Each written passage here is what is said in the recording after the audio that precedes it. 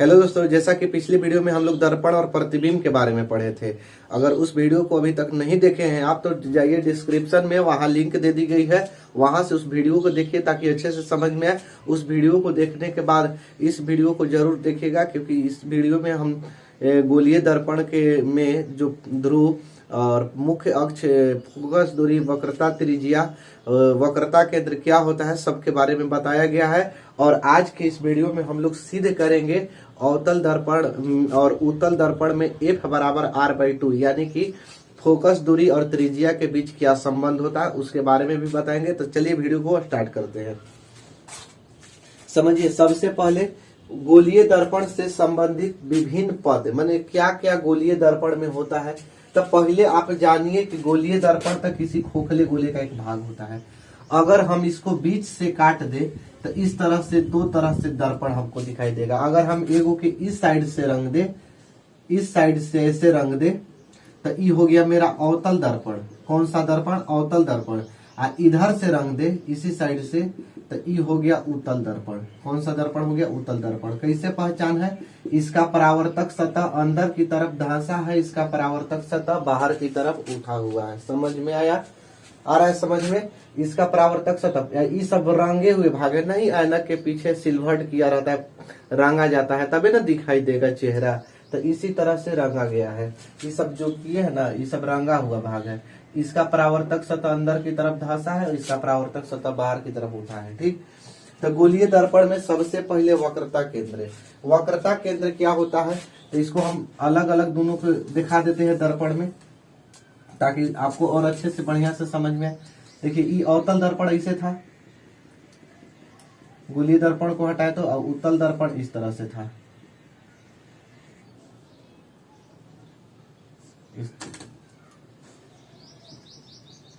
आप लोग अच्छे से बना लीजिएगा। तो देखिएगा, लिखवाए है कि गोलीय दर्पण जिस खोखले गोले का भाग होता है, यही ना गोलीय दर्पण था। कि अगर ये पूरी तरह से गोल है तो इसका केंद्र C यहाँ होगा। अगर हम इसको ऐसे काट दें तो इसके लिए, इस दर्पण के लिए यहाँ केंद्र, इस दर्पण के लिए यहाँ केंद्र। ऐसे अगर रंग दे, ऐसे इसको ऐसे रंग दिए थे तो इसके लिए इस दर्पण के लिए यहाँ, इस दर्पण के लिए यहाँ, यानी कि इसको हम कह सकते हैं यहाँ केंद्र इसके लिए, और इसके लिए इधर C। देखिए, इस साइड से रंगल है तो इधर केंद्र, और इस साइड से रंगल है तो इधर केंद्र है। तो गोलीय दर्पण जिस खोखले गोले का भाग होता है, जिस खोखले गोले का भाग होता है उसके केंद्र को हम क्या कहेंगे? वक्रता केंद्र कहते हैं। इसे C से दर्शाया जाता है। किससे दर्शाया जाता है जी? C से दर्शाया जाता है। समझ में आ गया? अब आता है ध्रुव। ध्रुव का मतलब पोल, इसको इंग्लिश में पोल कहते हैं। कि गोलीय दर्पण के ज्यामितीय केंद्र को, ज्यामितीय केंद्र इसको बोला जाता है जिससे खींचा जाता है। जहां आके वक्रता केंद्र मिल जाता है इसको, जिस बिंदु पर, उसको हम क्या कहते हैं? ज्यामितीय केंद्र। तो गोलीय दर्पण के ज्यामितीय केंद्र को ध्रुव कहते हैं। ठीक।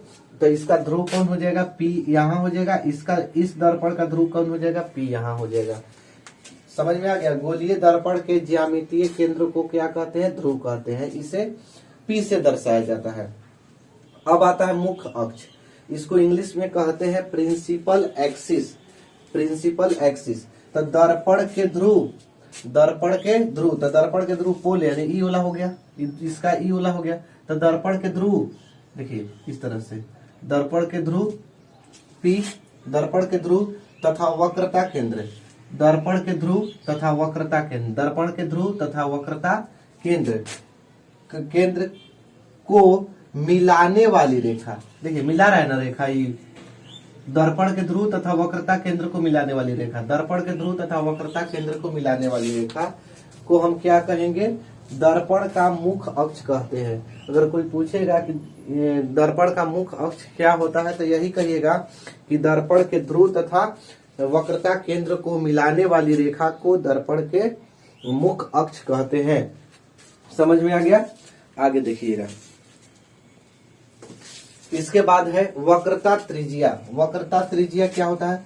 तो दर्पण के ध्रुव, एकदम सेम टू सेम इसी के जैसा परिभाषा है। दर्पण के ध्रुव तथा वक्रता केंद्र, दर्पण के ध्रुव तथा वक्रता केंद्र, ये वाला मिलाने वाली रेखा था ना, इसमें इसमें है के बीच की दूरी, यानी दर्पण के ध्रुव तथा केंद्र वक्रता केंद्र के बीच की दूरी को हम क्या कहेंगे, वक्रता त्रिज्या कहते हैं, उसे आर से सूचित करते हैं। त्रिज्या को किससे सूचित करते हैं, आर से।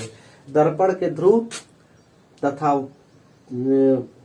ध्रुव तथा वक्रता केंद्र को मिलाने वाली रेखा को वक्रता त्रिज्या कहते हैं। इसमें लिख लीजिएगा, इसे आर से सूचित करते हैं, सूचित करते हैं। समझ में आ गया? फिर से देखिए, दर्पण के ध्रुव और वक्रता केंद्र को मिलाने वाली रेखा को वक्रता त्रिज्या कहते हैं। ठीक है, इसमें पीसी त्रिज्या है, तो पीसी कितना हो जाएगा, आर के बराबर। आगे है कि अवतल दर्पण का मुख्य फोकस। देखिए, अवतल दर्पण का मुख्य फोकस, ये सब मिटा देते हैं। ठीक, ये सब आपको समझ में आ गया होगा। इसका चित्र आपको बनाना है और भी एक क्वेश्चन है। ये वाला क्वेश्चन जो है परीक्षा में पूछा गया है। अब क्वेश्चन कैसे पूछेगा हम बता रहे हैं। क्वेश्चन आपका किताब का ही क्वेश्चन है, एनसीईआरटी बुक का, कि अवतल दर्पण के मुख्य फोकस को परिभाषित कीजिए। ऐसे क्वेश्चन पूछता है। ठीक, अवतल दर्पण के मुख्य फोकस को परिभाषित कीजिए। तो देखिएगा, थोड़ा थोड़ा पढ़ेंगे, इसका चित्र भी बनाना है। चित्र जरूरी परीक्षा में बनाना होगा कि अवतल दर्पण का मुख्य फोकस, अवतल दर्पण के, तो पहले एक अवतल दर्पण बना लेंगे इस तरह से, अवतल दर्पण। चलिए, हमने एक अवतल दर्पण बना लिया। ठीक है, अवतल दर्पण के मुख्य अक्ष है, तो पहले एक यहां से ऐसे हो गया, इसका नाम धर देते हैं पी, यहाँ होता है एफ, यहाँ होता है सी। तो मुख्य अक्ष यही ना हो गया, दर्पण के ध्रुव तथा केंद्र के मिलाने वाली रेखा, दर्पण के ध्रुव तथा केंद्र के मिलाने, वक्रता केंद्र के मिलाने वाली रेखा मुख्य अक्ष को मुख्य अक्ष कहते हैं। तो दर्पण के, अवतल दर्पण के मुख्य अक्ष, अवतल दर्पण के मुख्य अक्ष हो गया यूला के समांतर, मुख्य अक्ष के समांतर। देखिए, समांतर सभी आपतित किरणें, आपतित किरणें माने आने वाली किरणें, मुख्य अक्ष के समांतर सभी आपतित किरणें, मतलब जय गो आएगी किरण। आपतित किरणें परावर्तन के बाद, जब इसमें से परावर्तन हुआ, यहाँ से परावर्तन हुआ, तब परावर्तन जब आया किरण आया, और जब इससे परावर्तन होके जिस बिंदु पर मिलती है उसे अवतल दर्पण का मुख्य फोकस कहते हैं। तो देखिए, जब परावर्तन होता है ना, जब आया किरण, आने के बाद जब परावर्तन होगा तो सब एफ से ही गुजर जाता है। किससे गुजर जाता है, एफ से। यहाँ तीर इंडिकेट दे देते हैं कि एफ से गुजरा हुआ है। तो सभी किरण कहाँ से गुजर जाता है, एफ से गुजर जाता है। इसी को हम अवतल दर्पण का मुख्य फोकस कहते हैं, और इसको क्या कहते हैं, अवतल दर्पण का मुख्य फोकस कहते हैं। ठीक, कैसे बोलिएगा परिभाषा की, अवतल दर्पण के, देखिए चित्र से आप याद करिए, अवतल दर्पण के मुख्य अक्ष के समांतर सभी आपतित किरणें यानी आने वाली किरणें परावर्तन के बाद, सबका परावर्तन हुआ और जिस बिंदु पर मिलती है, सब कहाँ मिला है, एक बिंदु पर यानी एफ पर मिला है, इसी को हम मुख्य फोकस कहते हैं और इसे बड़ा एफ से सूचित करते हैं। इसको हम बड़ा एफ से सूचित करते हैं। ठीक, तो ये आपको परीक्षा में पूछेगा, इसको याद कर लीजिएगा। इसके बाद होता है फोकस दूरी। तब फोकस दूरी एकदम सिंपल है। देखिए, इसको क्या कहेंगे, दर्पण का ध्रुव, यहाँ से दर्पण का ध्रुव, तथा इसको क्या कहेंगे, मुख्य फोकस। तो यही कहिएगा कि दर्पण के ध्रुव और मुख्य फोकस के बीच की दूरी को, दर्पण के ध्रुव तथा मुख्य फोकस के बीच की दूरी को फोकस दूरी कहते हैं। ठीक है, दर्पण के ध्रुव तथा मुख्य फोकस के बीच की दूरी को फोकस दूरी कहते हैं। चलिए, फोकस दूरी हो गया। इसके बाद आता है द्वारा। द्वारा क्या होता है, तो दर्पण की चौड़ाई को दर्पण का द्वारा कहते हैं। कितना चौड़ा है, ये कितना चौड़ा है, यही दर्पण का द्वारा कहलाता है। तो आशा करते हैं कि आप लोग के समझ में आ गया होगा। तो चलिए, हम लोग अब सिद्ध करेंगे कि अवतल दर्पण में ए बराबर r/2।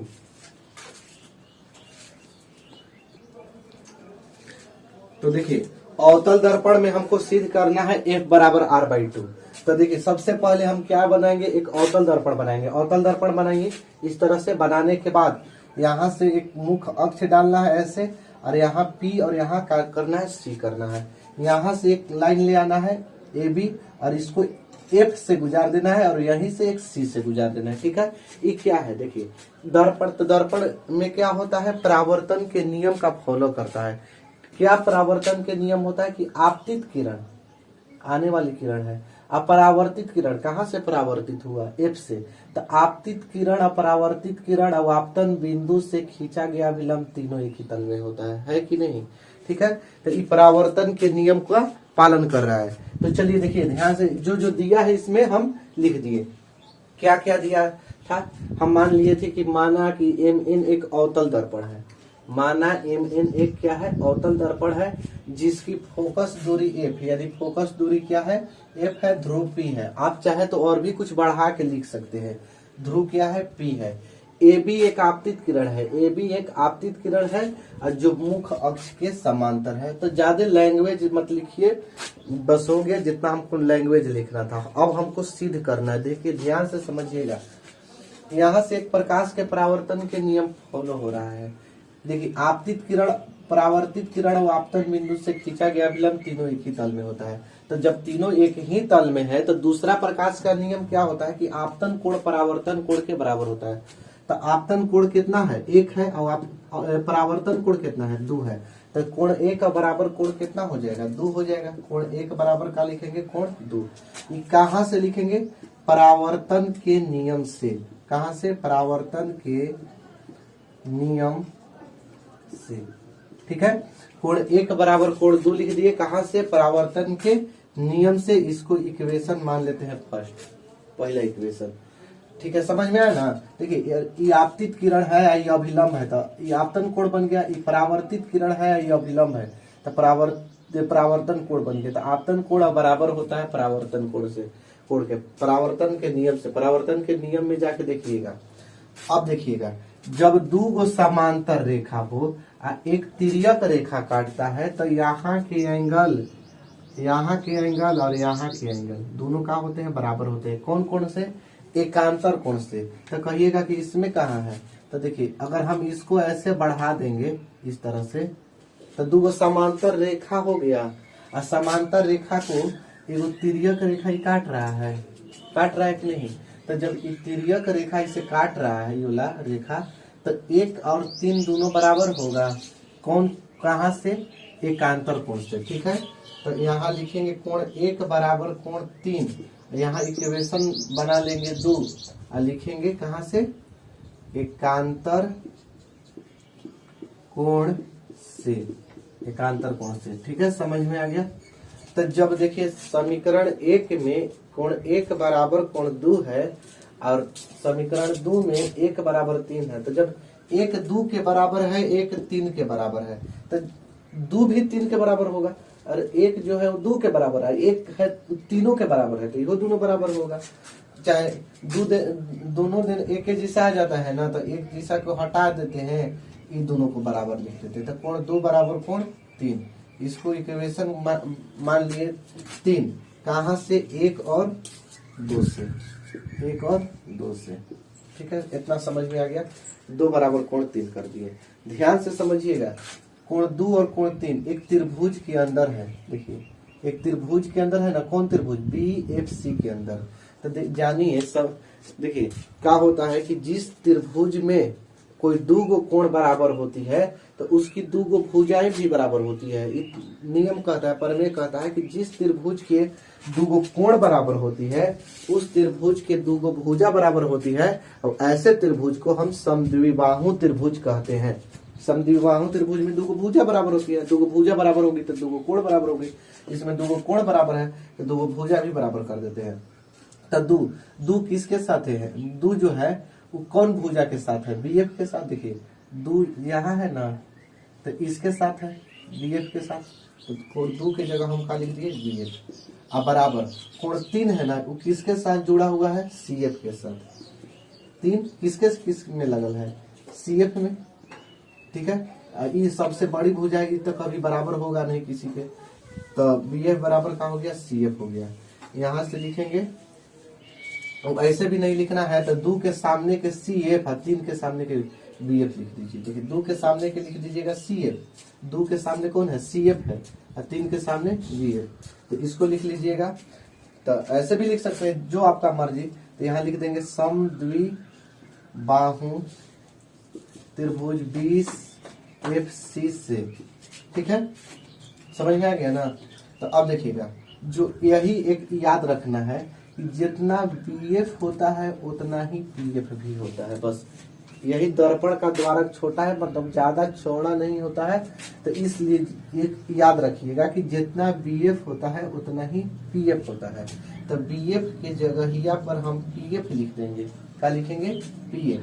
अब बराबर का हो गया सीएफ। यहाँ लिख देंगे कि दर्पण का द्वारक छोटा है, दर्पण का द्वारक छोटा है, दर्पण का द्वारक छोटा है। आगे देखिएगा, पीएफ बराबर सीएफ है ना, तो सीएफ को हम दर्शाने के लिए सीएफ को हम पीसी में से पीएफ घटा देंगे। नहीं समझ में आया कैसे? देखिएगा, ध्यान से समझिएगा। यहाँ पी है, यहाँ एफ है, और यहाँ सी है, यहाँ सी है।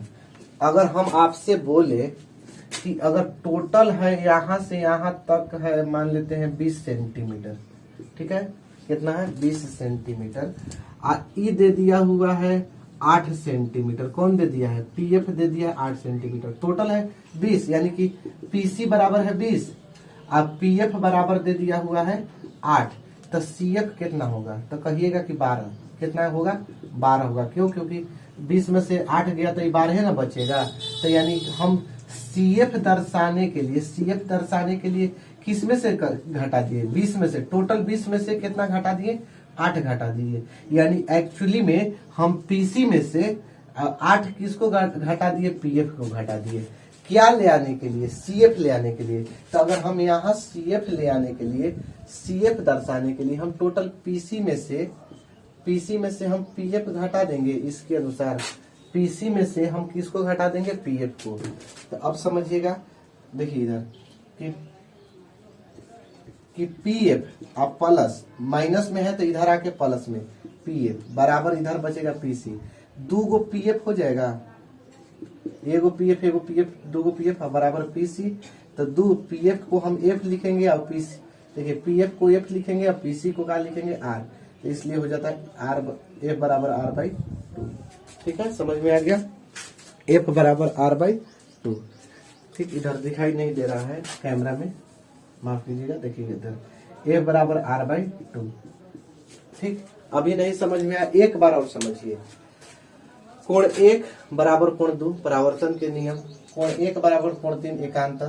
तो ये दोनों हट गया तो ये दोनों के लिख दिए। ठीक, 2 के सामने कौन है? 2 के सामने सीएफ है, तो सीएफ देखिए 2 के सामने कौन है? सीएफ है, तो सीएफ यहाँ लिख दिए। ठीक, और 3 के सामने कौन है? बीएफ, तो बीएफ लिख दिए। ठीक, 3 के सामने बीएफ यहाँ और 2 के सामने सीएफ। आगे पीछे कोई इधर उधर लिख सकते हैं, बराबर है तो नहीं देखते हैं। 2 बराबर 1 से लिखिए, चाहे 1 से बराबर 2 लिखिए, बतिया तो बराबर है। अब यहाँ देखिएगा, तो बीएफ जो होता है ना, एक बात और यही याद रखना है कि बीएफ जो होता है वो पीएफ के बराबर होता है। तो बीएफ की जगह हम क्या लिख दिए? पीएफ, और सीएफ के सीएफ।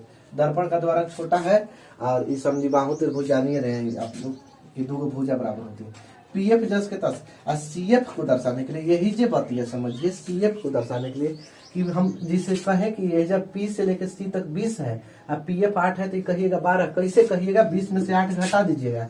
एक्चुअली पीसी में से हम पीएफ घटा दिए, किसको दर्शाने के लिए? सीएफ दर्शाने के लिए। तो 20, तो इसी प्रकार सीएफ के जगह यहाँ पर हम पीसी माइनस का लिख दिए, पीएफ लिख दिए।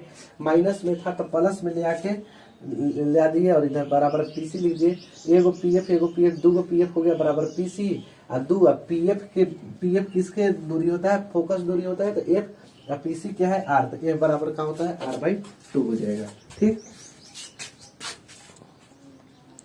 चलिए अब हम लोग उत्तल दर्पण में सिद्ध करते हैं एफ बराबर R/2। तो पी से लेके यहाँ तक हो जाएगा एफ, और यहाँ से लेके यहाँ तक हो जाएगा आर। चलिए देखिएगा, ध्यान से समझिएगा चित्र कैसे बनाया गया है। एक उत्तल दर्पण बनाइए, उत्तल दर्पण में यहाँ से आपतित किरण देखिए है और डायरेक्ट इधर ही परावर्तित हो जाता है। अब इसको डॉट डॉट लाइन से यहाँ से एक एफ से गुजारा गया है, ठीक, एफ से यहाँ से एक अभिलंब डाला गया है, अभिलंब बीच में सी। तो देखिएगा ध्यान से समझिए, वही चीज वाली लिखे इसमें उत्तल दर्पण क्यों लिखी। एमएन एक उत्तल दर्पण है जिसकी फोकस दूरी एफ तथा ध्रुव पी है। फोकस दूरी एफ तथा ध्रुव क्या है, पी है, एफ बड़ा है बोला। अब ए भी एक आपतित किरण है जो मुख अक्ष के क्या है, समांतर है।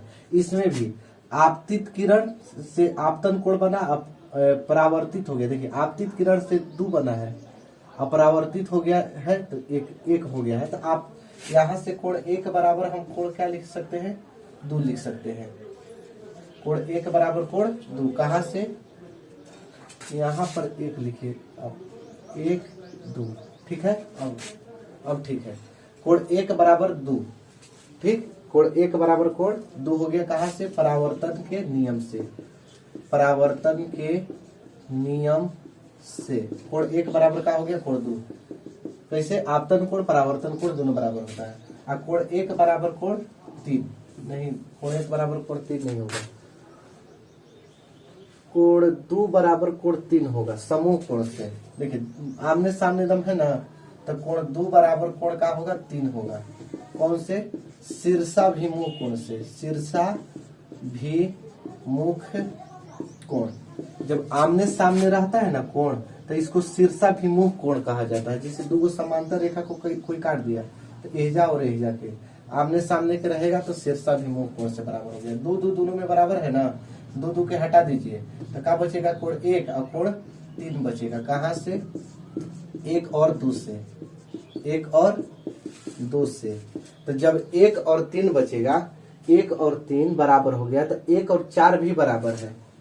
कोण 1 बराबर कोण 4, कौन कोण से, संगत कोण से, संगत कोण से। देखिए संगत कोण किसे, यहाँ से एक समांतर रेखा हो गया, एगो नीचे वाला समांतर रेखा, एक तिर्यक रेखा काट रहा है, कौन, एफ होला, एफ होला। तो यहाँ पर एक कोण बना है, यानी यहाँ पर यहाँ तिर्यक रेखा नहीं, इससे लेते हैं, ये वाला काटा है, तो एक यहाँ पर कोण बना है 1 और यहीं पर कोण बना है 4। तो ये दोनों जो कहलाता है ना कोण, तो इस संगत कोण कहलाता है, ठीक। तो संगत कोण से बराबर हो जाएगा। तो 1 1 दोनों में बराबर हो गया, तो कौन कौन बराबर होगा, कोण 3 बराबर कोण 4, कौन कोण से, 3 और 4 से, 3 और 4 से। जो बराबर होता है उसको हटा देते हैं, ठीक। अब 3 और 4 देखिए त्रिभुज के अंदर हो गया ना, तो त्रिभुज के अंदर हो गया, तो 3 किसके साथ जुड़ा है, बीएफ के साथ, तो बीएफ लिख दिए।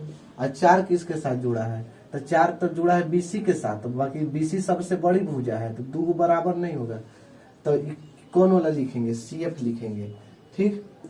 तो बीएफ बराबर सीएफ, कहाँ से, जब 2 त्रिभुज की भुजा बराबर होती है, 2 कोण बराबर होती है, तो 2 भुजा बराबर होती है।